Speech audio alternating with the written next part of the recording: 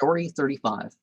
I was sitting in a vessel with a company of great men when a boat which contained two brothers happened to sink near us. One of the great men promised 100 dinars to a sailor if he could save them both.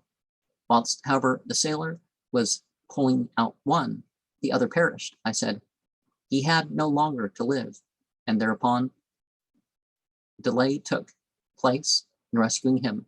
The sailor smiled and replied, what thou hast said is certain.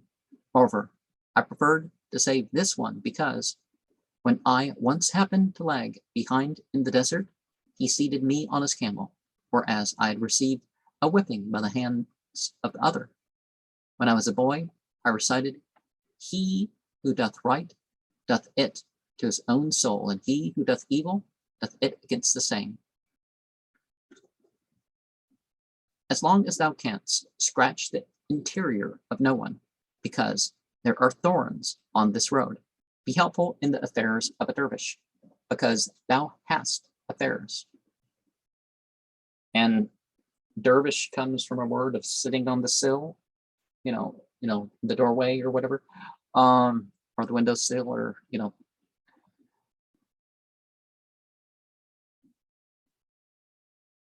but